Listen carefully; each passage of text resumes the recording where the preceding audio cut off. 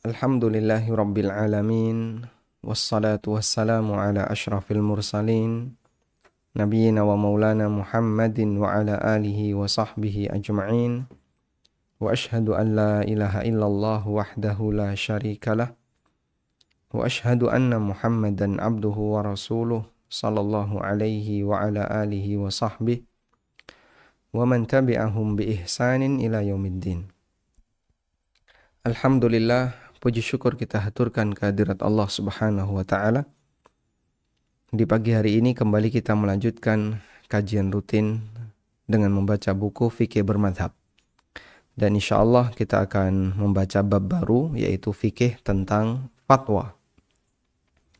Bagi Anda yang memiliki bukunya, silahkan dibuka halaman 251. Pembahasan ini lebih mengerucut daripada pembahasan sebelumnya tentang masalah taklid. Sehingga ada kajian tentang masalah taklid dan ada kajian tentang masalah fatwa. Pembahasan ini berkaitan dengan kasus orang yang hendak menanyakan masalah agama atau meminta fatwa. Dalam kegiatan fatwa, ada pihak yang disebut sebagai pemberi fatwa atau yang disebut dengan al-mufti, dan ada pihak yang meminta fatwa atau yang disebut dengan al-mustafti. Interaksi antara mufti dengan mustafti, maka terbitlah sebuah fatwa. Baik, dan fatwa dengan taklid dua hal yang berbeda. Kalau taklid berarti mengikuti orang lain tanpa melihat latar belakang terhadap dalil pendapat itu. Sedangkan fatwa, orang menyampaikan kasus yang dia miliki untuk mendapatkan jawaban. Dan fatwa belum tentu taklid. Bisa jadi ada orang yang meminta fatwa tapi dia tidak taklid. Sehingga dia minta fatwa dalam posisi dia belum tentu akan menerima fatwa itu. Taib, karena itu fatwa berbeda dengan masalah taklid. Allah mengajarkan bahwa orang yang tidak tahu masalah tertentu dalam agama, dia seharusnya bertanya kepada orang yang memahami masalah agama tersebut. Yang tidak tahu, tanya kepada yang tahu. Allah Subhanahu wa taala berfirman, "Fas'alu ahla dzikri in kuntum la ta'lamun." Bertanyalah kepada ahlu dzikr. Dan yang dimaksud dengan ahlu dzikr adalah orang yang memiliki ilmu agama. Tanyalah kepada ahlu dzikr, orang yang punya ilmu agama. In kuntum la ta'lamun, kalau kamu tidak mengetahuinya. Dan Nabi SAW melarang keras berfatwa tanpa ilmu. Dalam sebuah rombongan safar, ada salah satu sahabat yang kepalanya terluka. Pada saat bangun tidur, orang ini mengalami junub. Dia dalam perjalanan itu, kepalanya terluka sampai bocor, mengeluarkan darah.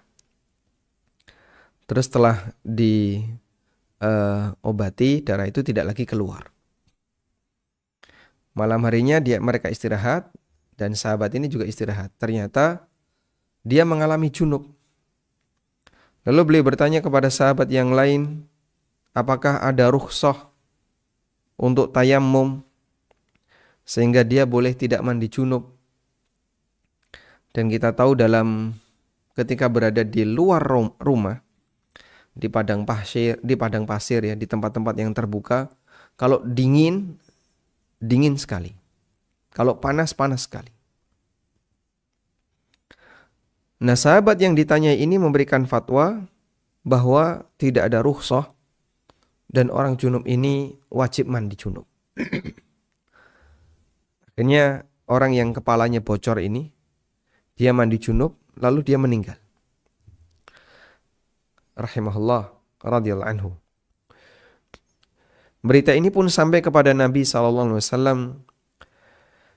Kemudian beliau SAW memberikan pernyataan, qataluhu qatalahumullah. Mereka telah membunuh orang itu. Semoga Allah memberikan hukuman baginya. Ala sa'alu idza lam ya'lamu. Kenapa mereka tidak bertanya kalau mereka tidak tahu? Sehingga kalau nggak ngerti jangan berfatwa. Fa inna masyifa'ul ayyi syu'al. Fa inna masyifa'ul ayyi as-su'al. Obat ketidaktahuan adalah bertanya. Inna makana yakfihi ayatayammama wa ya'sira. Sesungguhnya dia itu cukup untuk tayamum dan mengusap. Sehingga tidak perlu untuk mandi junub. Karena tayamum bisa digunakan sebagai pengganti untuk mandi ketika mau menghilangkan hadas besar. Baik. Nah, ini salah satu di antara bukti bahwa berfatwa tanpa ilmu bisa sampai menghilangkan nyawa. Dan kejadian ini juga pernah ada di masa silam di zaman Bani Israel. Ada orang yang telah membunuh 99 nyawa. Kemudian dia datang kepada seorang ahli ibadah yang pekerjaannya banyak di masjid, di kuil ya, di tempat ibadahnya. Namun dia bukan orang yang berilmu. Maka si pembunuh 99 nyawa ini bertanya, apakah ada kesempatan taubat untukku? Karena aku telah membunuh 99 nyawa. Maka si abid ini istaqdam amrahu. Dia merasa ini dosa yang terlalu besar. Akhirnya dia bilang, Allah gak bakalan menerima taubatmu. Karena dosamu demikian besar. Maka si pembunuh ini pun jengkel. Akhirnya orang yang ahli ibadah tadi dibunuh. Sehingga genap total nyawa yang dia bunuh sebanyak 100 nyawa. Tapi dia masih resah, masih bingung. Akhirnya dia mendatangi seorang ahbar. Ahbar ini adalah orang yang paham isi Taurat, ngerti tentang syariat. Dialah seorang ulama. Kemudian sang ahbar ini menyampaikan, ada kesempatan taubat bagimu. Tapi ada syaratnya. Apa syaratnya? Dan itulah kondisi yang baik ya. Jadi orang yang banyak berbuat salah ketika dia mau bertobat, maka bukan kemudian dikasih kelonggaran seluas-luasnya, tapi dia diberi kesempatan untuk bertobat, namun dikasih syarat. Syarat itu sebagai pembuktian keseriusan dan kejujuran dia dalam bertobat. Apa syaratnya kata orang ini? Syaratnya adalah kau harus meninggalkan kampung halamanmu. Fa innahu ardu su'in. Karena kampungmu adalah kampung orang-orang yang jahat. Dan kau harus pindah ke kampung yang ini.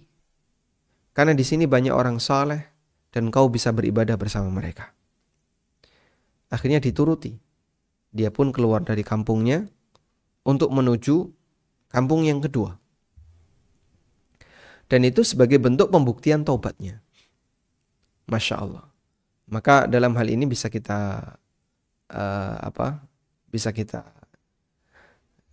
berikan sebuah kesimpulan bahwa orang yang berfatwa tanpa ilmu bisa jadi dia akan menjadi korban terhadap kejahatan seseorang.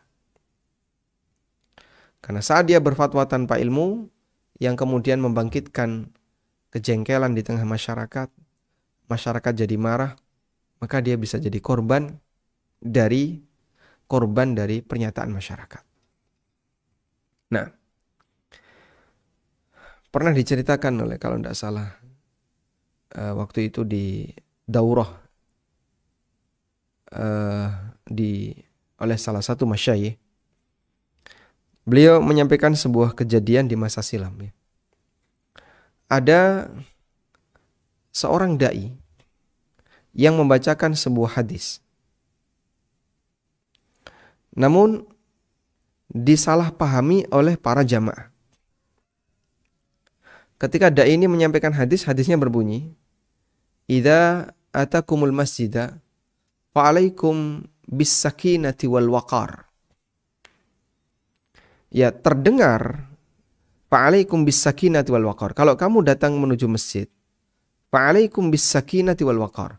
Maka lakukanlah dengan tenang dan tidak buru-buru. as-sakinah wal waqar. Ternyata dipahami dan didengar oleh para jamaah, fa'alaikum bis-sikini wal fa'rah. Jadi tulisannya kayak gini ya. Tulisannya seperti ini.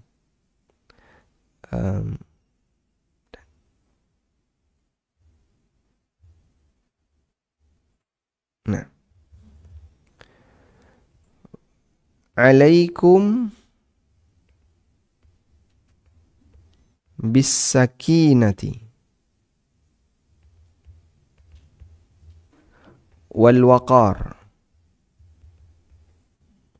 Kalian harus tenang dan tidak buru-buru. Alaikum bis-sakinah wal waqar. Didengar oleh para jamaah, kalimatnya jadi alaikum bis-sikin wal fa'rah. Alaikum bis-sikin wal fa'rah. Kalau ini tadi kan kalian harus tenang dan tidak buru-buru. Kalau ini kalian harus membawa pedang atau pisau dan tikus. Pisau dan tikus. Kalian harus membawa pisau dan tikus. Masyarakat sangat percaya dengan hadis ini. Akhirnya yang dipraktekkan teks yang kedua. Sehingga di masjid itu, di masyarakat itu, setiap kali orang berangkat menuju masjid, mereka selalu membawa pisau dan bawa tikus. Maka para jamaah semuanya datang ke masjid bawa pisau, bawa tikus. Datanglah seorang da'i. Da'i ini melihat, ini kejadian yang aneh. Dan ini tidak boleh dilakukan. Akhirnya dia pun mengatakan, praktek ini adalah praktek yang dilarang, tidak sesuai dengan sunnah Nabi SAW. Tidak ada ceritanya orang datang ke masjid dianjurkan bawa pisau dan tikus. Ini tidak boleh dilakukan. Spontan masyarakat marah. Kebiasaan ini kan sudah lama. Dan ini adalah pesan yang disampaikan oleh kiai kami dulu, tokoh kami dulu, yang menyuruh kita untuk membawa pisau dan membawa tikus setiap kali menuju masjid. Akhirnya dai ini dikeroyok oleh masyarakat tersebut dan dia diusir. Nah, seorang ulama paham kejadian itu.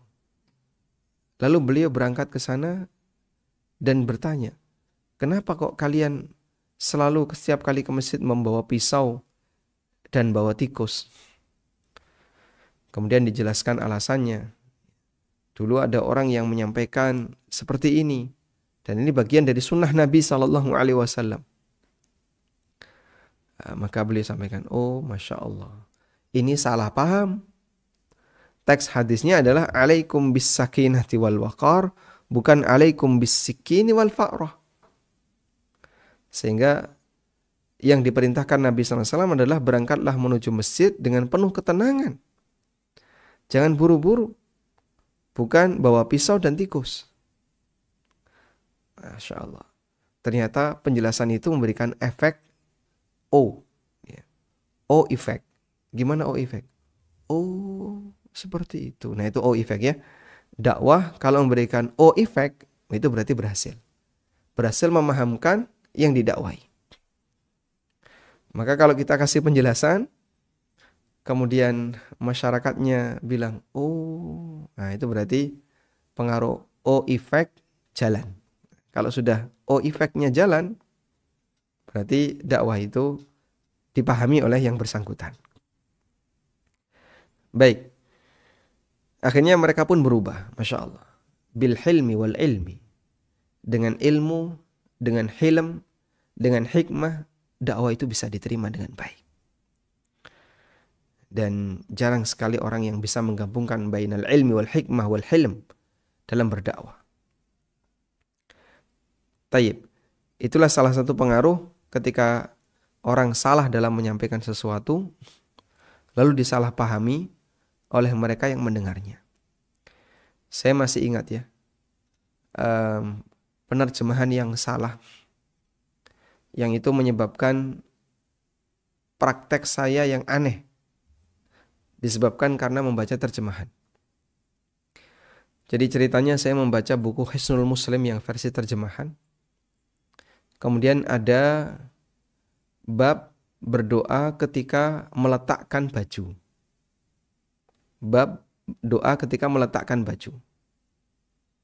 Kalau coba di transition dulu ya. Kalimat hadisnya, idza wada'a ahadukum thawbahu.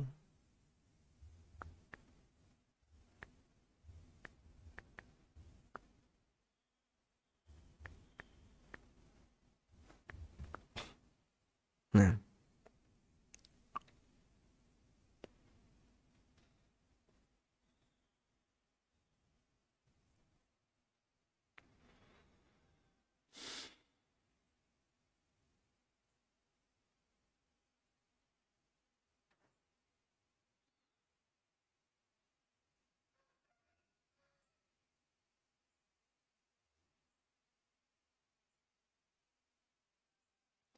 baik. Ada sebuah hadis, sitru ma baina a'yunil jinni wa aurati bani Adam. Idza wada'a ahadukum thawbahu ay yaqula bismillah.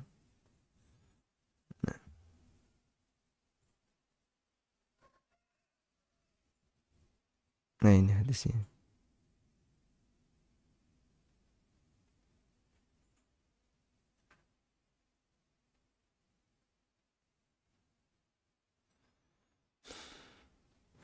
Hadisnya dari sahabat Anas bin Malik radhiyallahu anhu, riwayat Tabrani dan yang lainnya. Nah, seperti ini ya. Nah, di situ ada kalimat idza wada'a ahadukum thawbah. Apabila kalian wada'a thawbah. Wada'a pakaiannya. Nah, wada'a ini diterjemahkan oleh penerjemah kitab Hisnul Muslim itu dengan meletakkan. Apabila kalian meletakkan pakaiannya, maka membaca bismillah. Tabir antara aurat manusia dengan pandangan jin adalah apabila kalian meletakkan pakaiannya mengucapkan bismillah. Nah, waktu saya membaca Hisnul Muslim versi terjemahan itu, meletakkan pakaian baca bismillah. Maka setiap kali saya meletakkan pakaian di cendelan baca bismillah. Bismillah. Bismillah.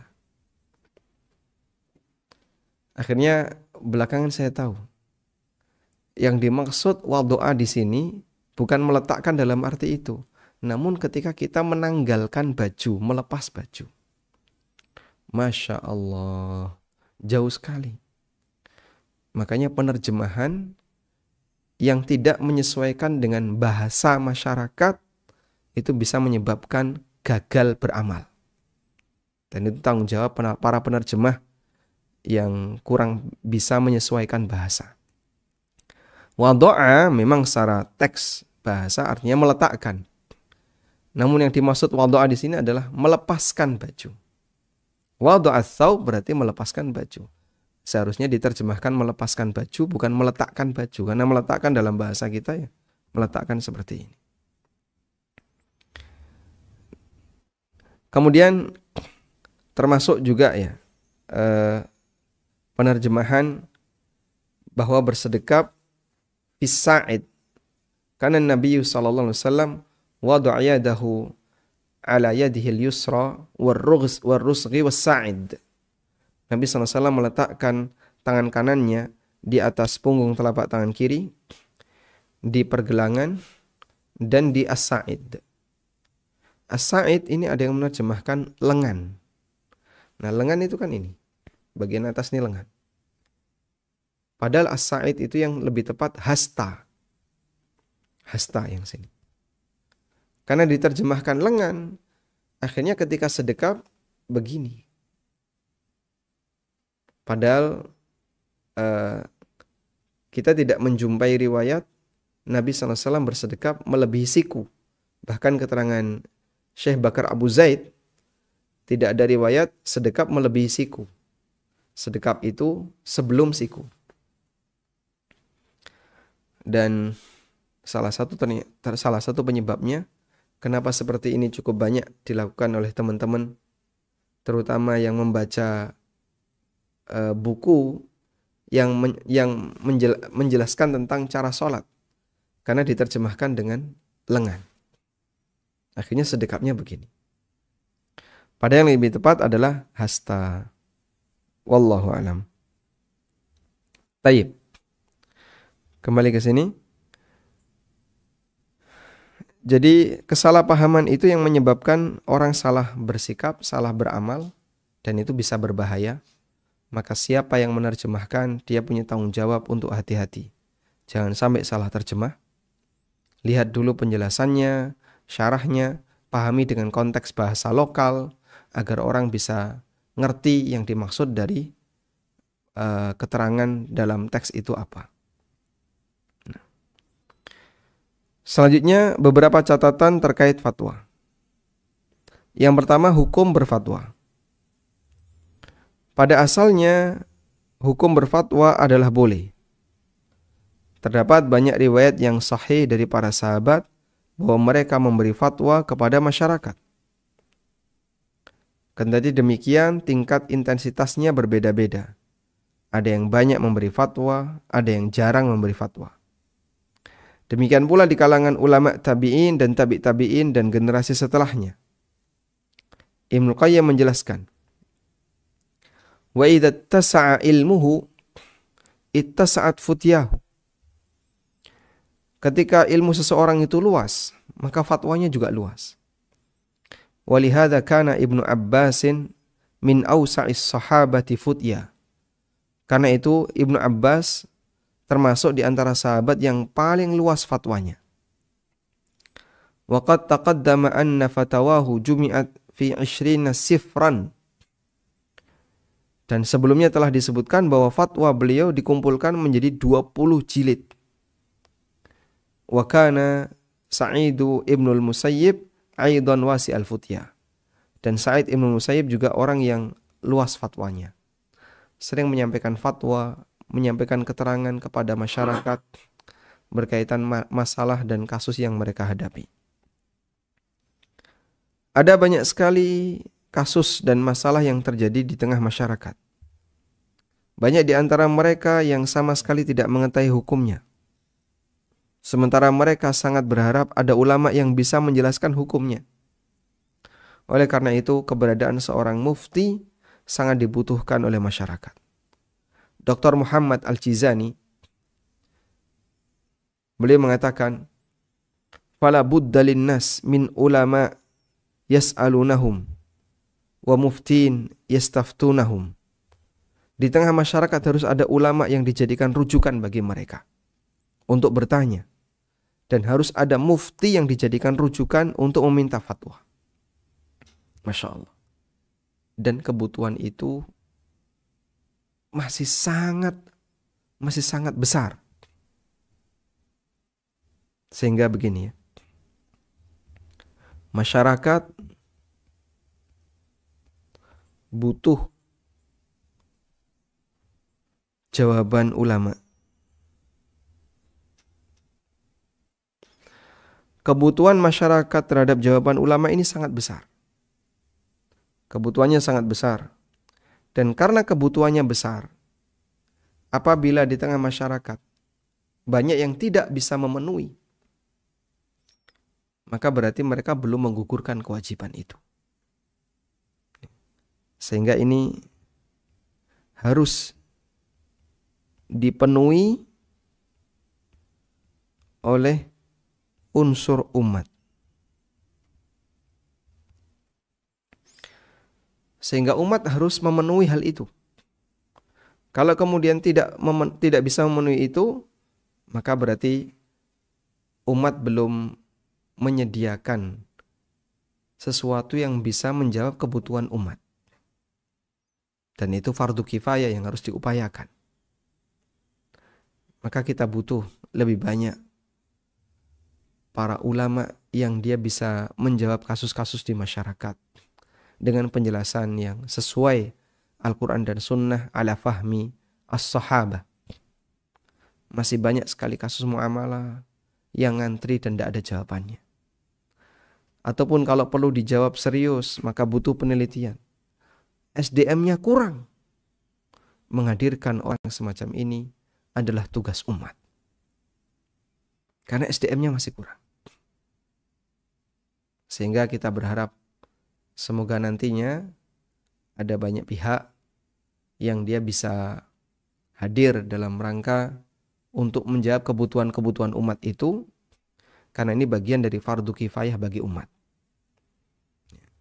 Sehingga ini statusnya adalah fardu kifayah. Kalau belum dipenuhi dengan jumlah SDM yang cukup, karena kifayah dari kata kafayakfi yang artinya cukup, maka apabila fardu kifayah ini belum dipenuhi dengan SDM yang cukup, berarti masih menjadi tugas bagi umat untuk mewujudkannya. Kita butuh para ulama yang dulu menjadi kenangan. Imam Nawawi, Syekhul Islam, atau para pendahulu mereka, ada Imam Syafi'i, Imam Ahmad, dan para ulama-ulama yang lainnya. Karena kebutuhan umat terhadap kehadiran mereka sangat besar. Sebab umat ini punya banyak sekali kasus dan masalah yang butuh untuk mendapatkan jawaban. Nah, kita berharap semoga ada di antara teman-teman yang saat ini lagi belajar, baik di kelas doktoral maupun S2 maupun S1 yang ada di Madinah maupun di kampus yang lain ya. Semoga nanti ketika mereka pulang, mereka bisa memberikan pencerahan bagi kaum muslimin Indonesia yang masih banyak butuh bimbingan. Tayyib. Kemudian hukum berfatwa bisa berubah tergantung situasi dan kondisi. Yang pertama, berubah jadi wajib. Memberi fatwa bisa jadi hukumnya wajib jika mufti memiliki kelayakan dalam berfatwa dan ada kebutuhan mendesak untuk memberi fatwa, padahal tidak ada mufti yang lain. Pada kondisi tersebut, sang mufti wajib memberikan fatwa kepada orang yang bertanya kepadanya, selama dia mengetahui ilmunya. Jika dia menolak, itu termasuk menyembunyikan ilmu. Allah Ta'ala berfirman, Innal ladzina yaktumuna ma anzalna minal bayyinati wal huda min ba'di ma bayyannahu lin-nasi fil kitab. Sesungguhnya orang-orang yang menyembunyikan apa yang telah kami turunkan minal bayyinati wal huda, berupa keterangan yang jelas dan petunjuk. Min ba'di ma bayyannahu lin-nasi fil kitab, setelah kami menerangkan kepada manusia dalam Alkitab. Ulaika yal'anuhumullah. Masyaallah. Mereka adalah orang-orang yang dilaknat oleh Allah. Wa yal'anuhumul la'inun, dan mereka adalah orang-orang yang dilaknat oleh orang-orang yang melaknat. Waliyadzubillah. Konteks ayat ini berbicara tentang Yahudi. Diturunkan Taurat kepada mereka, dan di situ berisi keterangan tentang keberadaan Nabi Muhammad SAW. Tapi si Yahudi ini justru menyelewengkan dan dia menyembunyikan syariat yang Allah Subhanahu wa taala sebutkan dalam Taurat.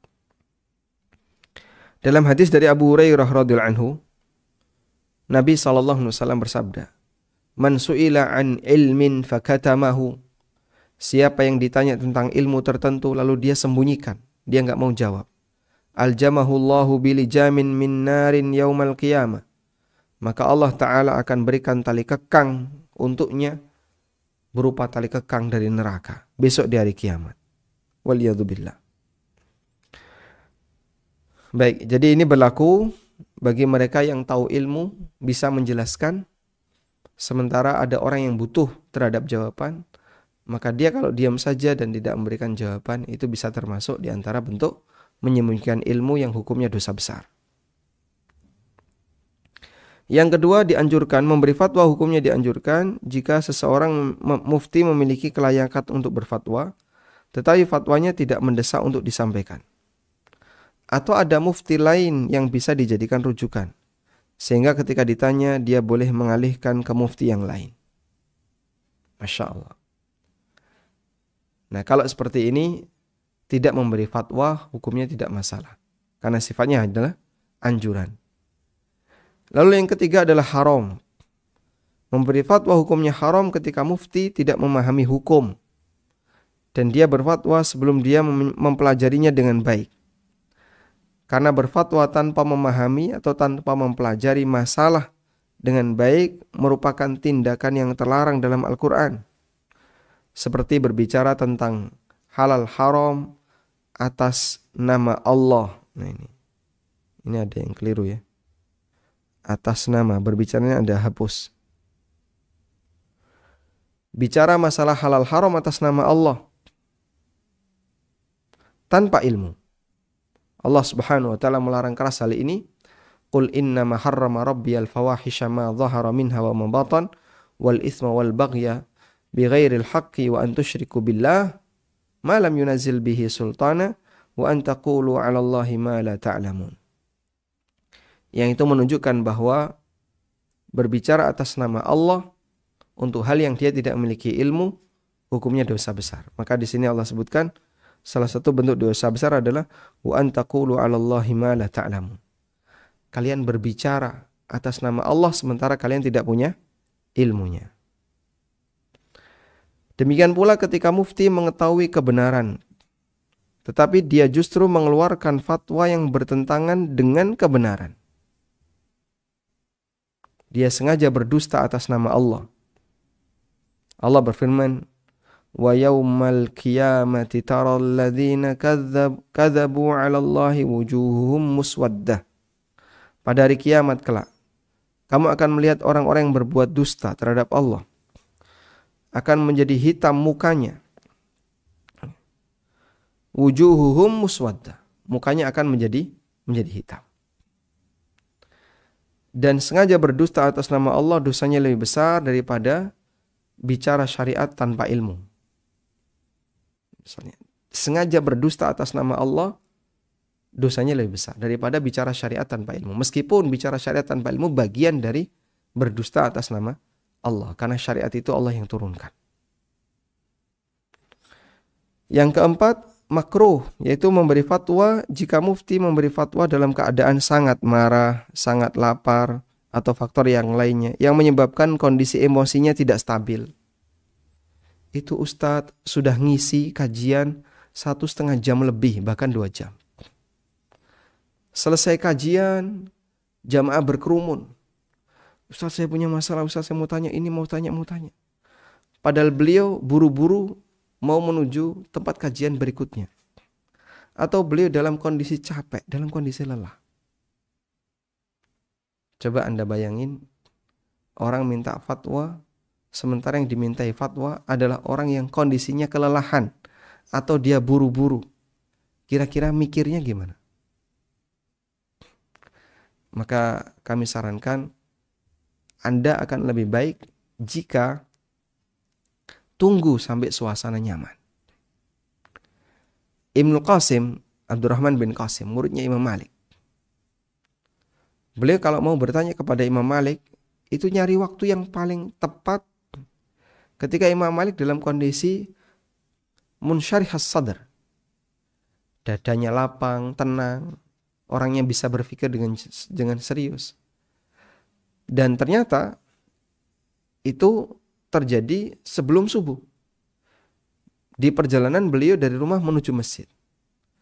Itu paling nyaman ketika Imam Malik ditanya-tanya tentang masalah tertentu.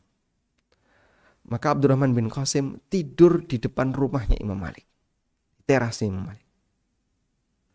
Untuk menunggu Imam Malik keluar dari rumah, lalu di perjalanan menuju masjid bisa ditanya-tanya. Subhanallah. Itu contoh ya. Makanya kalau Anda punya masalah tertentu, kok lihat narasumbernya sudah begitu capek, ustadznya sudah capek, sebaiknya jangan ditanya. Anda bersabar ya. Wallahu a'lam. Walhamdulillahirabbil alamin. Mungkin demikian yang bisa kita bahas di kesempatan kali ini. Dan insyaallah untuk materi berikutnya berkaitan dengan status fatwa. Fatwa itu seperti tanda tangan atas nama Allah. Dan insyaallah akan kita bahas di pertemuan berikutnya. Wassallallahu ala nabiyyina Muhammadin wa ala alihi wa sahbihi wasallam. Dengan semakin berkembangnya dakwah yang disampaikan melalui ANB Channel yang diisi oleh Ustadz Amin Nurbaid, Ustadz Wira Mandiri, Ustadz Ristian Ragil, Ustadz Amir As-Soronji, Ustadz Musa Jundana, Ustadz Muhammad Abu Rifai, dan para asatidzah Jogja lainnya, serta untuk meningkatkan pelayanan kepada kaum muslimin melalui Yayasan Amal Abadi Indonesia yang mengelola lembaga Indonesia Bersih Riba, tim perawat jenazah Al-Baqi, konsultasi zakat dan waris. Insya Allah akan dibangun kantor dan studio ANB Channel yang representatif serta kantor Yayasan Amal Abadi Indonesia. Mari dukung dengan menginfakkan sebagian harta kita melalui Bank Syariah Indonesia atas nama Yayasan Amal Abadi Indonesia dengan nomor rekening 7441998877. Jazakumullah khairan wa barakallahu fikum. Cari produk ANB Store, kaos, merchandise, atau buku. Silakan kunjungi anbstore.id, Tokopedia dan Shopee di ANB Store ID.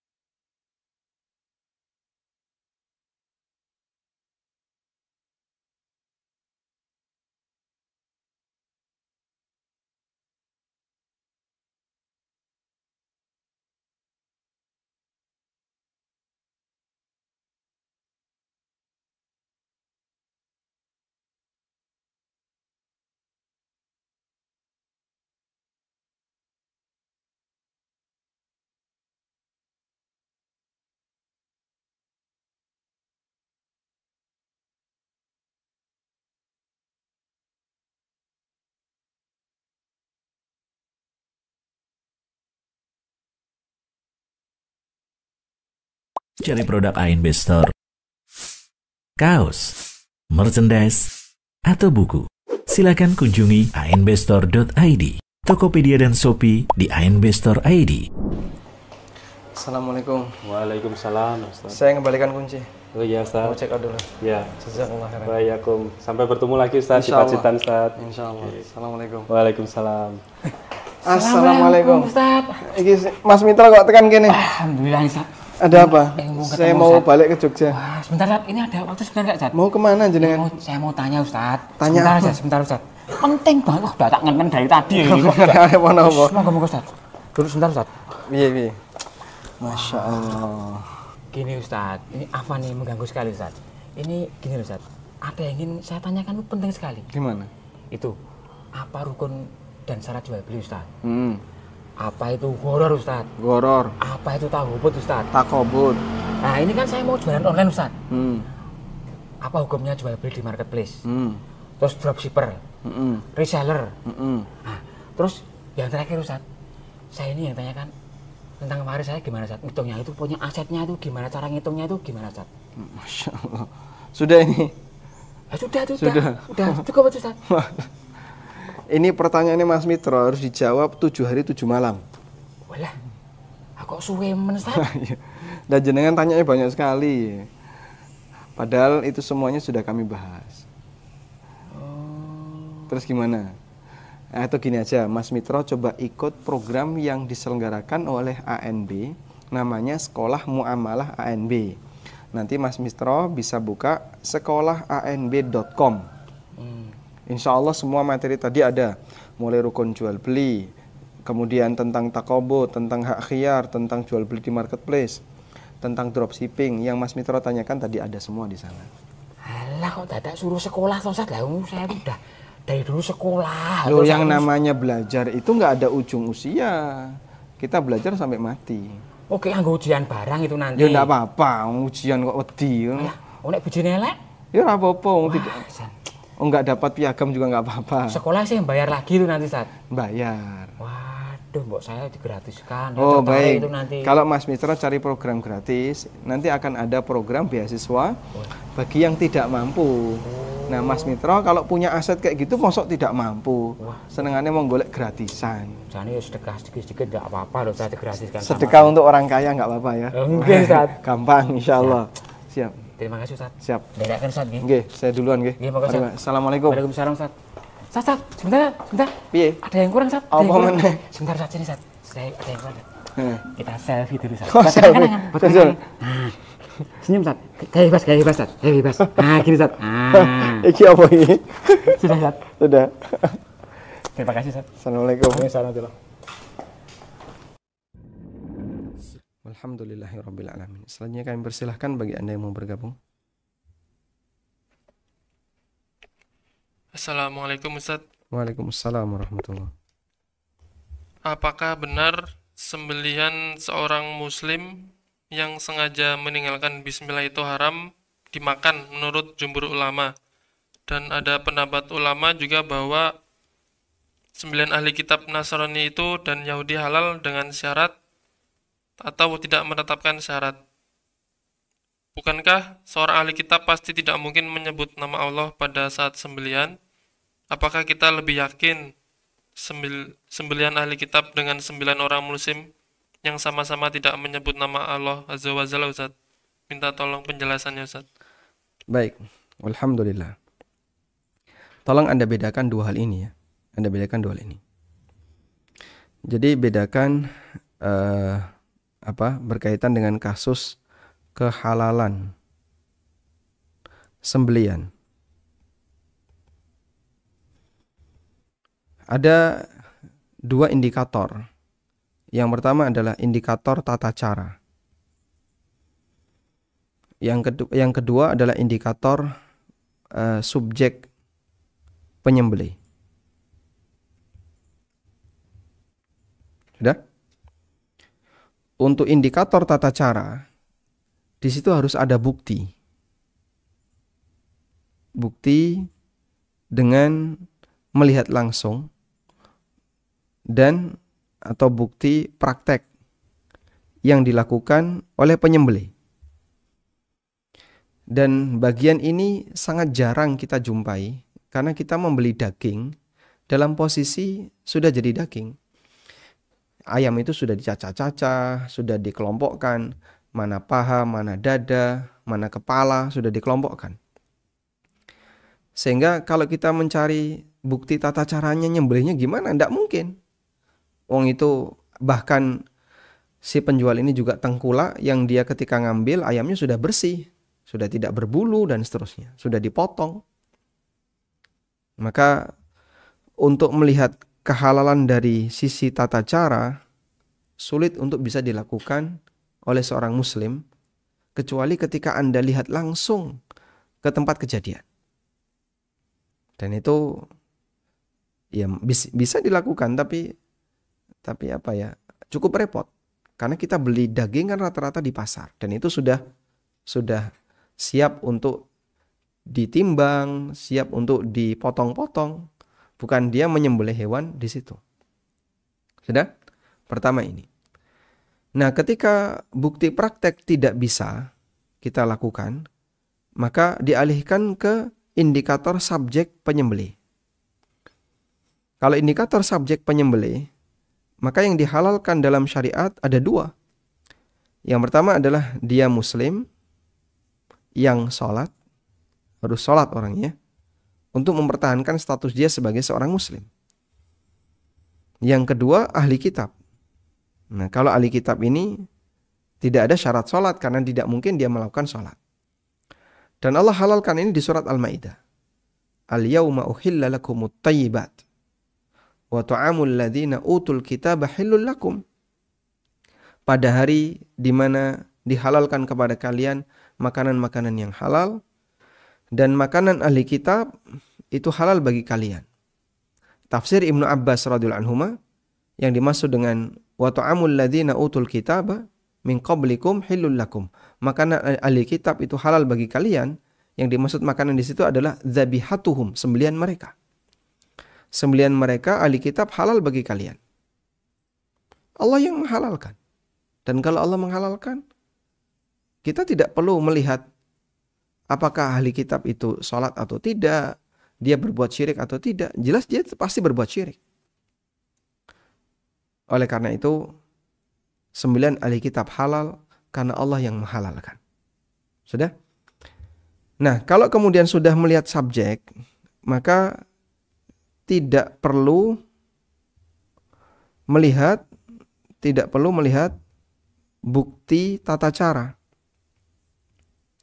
Saya nggak pernah tahu tata caranya si A ini dalam menyembelih apa. Cuman si A ini sholat orangnya. Dia muslim sholat. Saya nggak tahu si B ini cara menyembelihnya gimana. Yang saya tahu si B ini ahli kitab. Dia Nasrani. Udah cukup ketika Anda melihat penyembelihnya adalah seorang muslim atau penyembelihnya adalah seorang Nasrani, maka status sembelihannya halal. Dalam sebuah hadis dari Aisyah radhiyallahu anha, datang beberapa orang menghadap Nabi SAW dan dia membawa daging.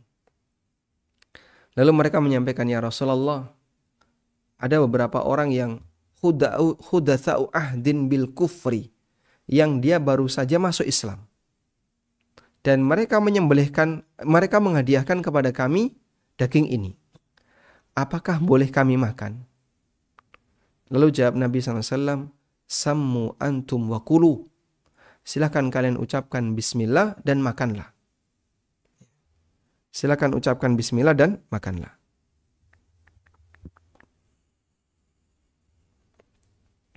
Hadisnya ini ya.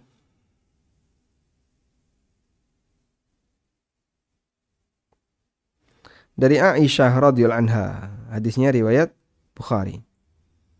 Anna qauman qalu, ada sekelompok orang yang mendatangi Nabi sallallahu alaihi wasallam dan mereka mengatakan, ya Rasulullah, ada beberapa orang ya'tuna bil lahmi, yang dia memberikan kami daging. La nadri adzaka rasmullahi alaihi amla. Saya enggak tahu ketika mereka menyembelih itu dia membaca bismillah atau tidak. Faqala, kemudian Nabi SAW bersabda, samullaha alaihi wa kulu. Kalian baca bismillah, makan. Perintah Nabi SAW untuk membaca bismillah dalam hadis ini, baca bismillah untuk menghalalkan sembelian atau baca bismillah karena mau makan? Jawabannya, membaca bismillah karena mau makan. Kalau fungsinya adalah membaca bismillah untuk menghalalkan sembelian, tidak mungkin, sebab ini sudah jadi daging. Sembeliannya udah kemarin. Atau sudah tadi. Dan kata Aisyah radhiyallahu anha, wa kanu hudatsa'u ahdin bil kufri. Dalam riwayat yang lain, haditsun ahduhum bisyirki. Dalam riwayat yang lain, wa kanu hadithi ahdin bil kufri. Dan mereka itu baru saja keluar dari kekufuran, alias baru saja masuk Islam. Orang-orang yang menghadiahkan daging tadi adalah orang yang baru saja masuk Islam. Dan orang kalau baru saja masuk Islam, berarti peluang menyebut nama selain Allah sangat besar. Dia sudah berbuat syirik selama sekian puluh tahun. Setelah itu dia masuk Islam dan baru saja masuk Islam, terus dia nyembelih sapi atau nyembelih kambing. Mungkin masih terbawa dengan tradisi lama dia, mungkin. Namun Nabi SAW tidak menyuruh orang ini, tidak memerintahkan orang ini, coba kalian cross check. Dia ketika menyembelih itu caranya gimana? Beliau tidak menyuruh demikian. Tapi yang beliau lakukan adalah selama penyembelihnya muslim, silahkan dimakan. Samullaha alaihi wa kulu. Silahkan kau ucapkan bismillah dan makan. Tanpa memperhatikan bagaimana tata caranya. Maka dalam posisi ketika kita tidak punya bukti praktek, cukup lihat subjek penyembelihnya. Kalau dia muslim atau ahli kitab, sah, sembelihannya halal. Sudah? Meskipun kita tidak melihat apakah dia itu baca bismillah atau tidak. Kecuali kalau Anda melihat, saya datang ke sebuah rumah potong hewan. Lalu di situ Anda menyaksikan gimana cara orang yang potong hewan ini menyembelih. Dia ngerokok, dengerin musik, terus dia nyembelih. Dan Anda lihat mulutnya sama sekali tidak mengucapkan bismillah. Nah, itu Anda punya bukti. Berarti ayam yang disembelih ini hukumnya ayam haram. Menurut pendapat jumhur. Karena Anda punya bukti dia tidak mengucapkan bismillah. Ya. Oleh karena itu, ketika Anda punya bukti, itu bisa jadi landasan. Tapi kalau tidak punya bukti, maka yang perlu diperhatikan tinggal subjeknya saja. Wallahu a'lam. Baik, silahkan.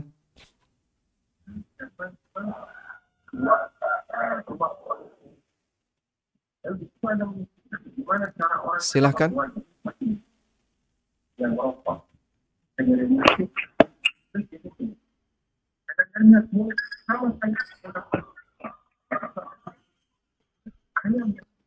Bapak sudah terhubung?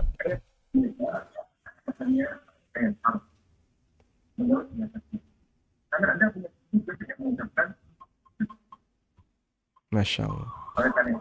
Subhanallah. Ya, beliau nonton YouTube. Jadi nunggu sampai dipersilahkan. Assalamualaikum. Baik. Tolong televisinya di mute. Assalamualaikum. Waalaikumsalam warahmatullahi wabarakatuh. Televisinya tolong di mute bisa? Nanya masalah titik aurat di waktu sholat itu, Ustaz. Apakah dagu itu termasuk aurat sama tangan ini, Ustaz? Apa harus tertutupi dengan mukena tangan itu, Ustaz? Baik. Itu aja, Ustaz. Syukran jazakallahu khairan. Dagu dan tangan ya. Anda bertanya tentang dagu dan tangan. Apakah dagu termasuk aurat? Dagu wanita termasuk bagian dari aurat. Dan kami dulu pernah punya satu artikel ya, di konsultasi syariah. Bahwa dagu termasuk bagian dari aurat. Tidak ketemu. Oleh karena itu begini. Apabila orang pakai mukna, maka pastikan muknanya itu di depan. Karena dagu ini bukan wajah. Yang bukan aurat adalah wajah dan telapak tangan. Telapak tangan batasnya sampai pergelangan. Pergelangan ke atas ini bukan aurat. Karena itu ketika telapak tangan terbuka, tidak masalah karena ini bukan aurat. Baik yang bagian bawah maupun atas, dua-duanya bukan aurat ya. Baik punggung maupun telapaknya, dua-duanya bukan aurat. Karena dimaksud dengan al-kaf, itu maknanya mencakup depan dan belakang. Sehingga pergelangan ke atas ini bukan aurat. Karena itu ketika nampak dalam sholat tidak membatalkan sholat. Dagu ini aurat, maka harus dijaga. Kalau Anda sujud terus ketarik, nanti ditarik lagi. Ketarik, ditarik lagi. Agar dagu itu tertutup. Karena itu desain mukna yang bagus adalah yang menutupi dagu. Dan jilbab. Seorang akhwat, kalau dia tidak menggunakan niqab, maka kalau bisa dagunya ditutup.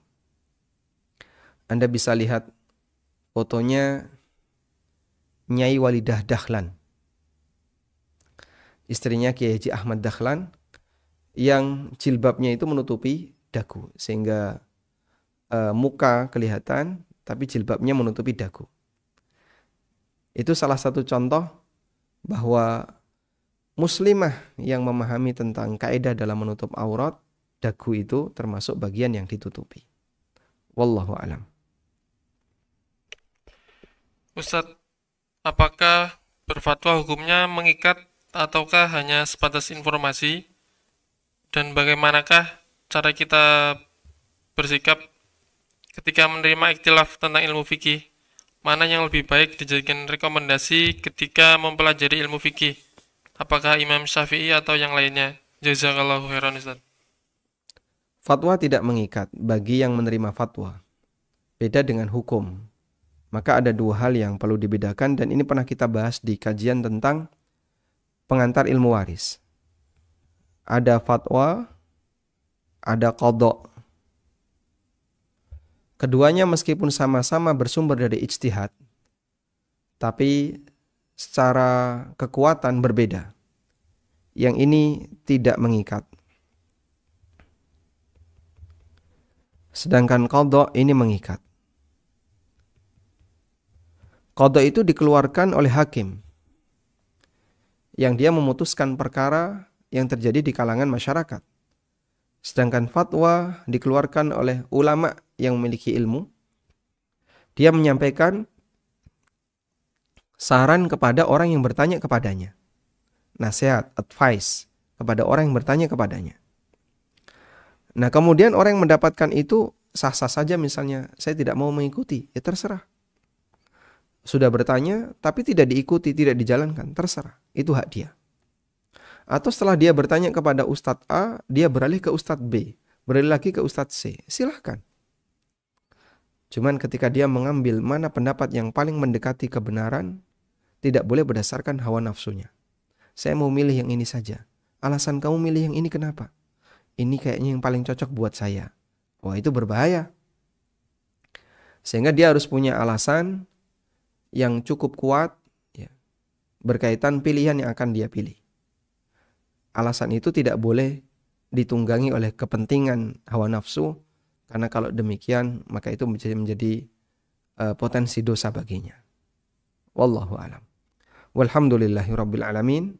Demikian yang bisa kita sampaikan, semoga bermanfaat. Wassallallahu ala nabiyyina Muhammadin wa ala alihi wa sahbihi wasallam. Wa akhiru da'wana anil hamdulillahi rabbil alamin. Wassalamualaikum warahmatullahi wabarakatuh.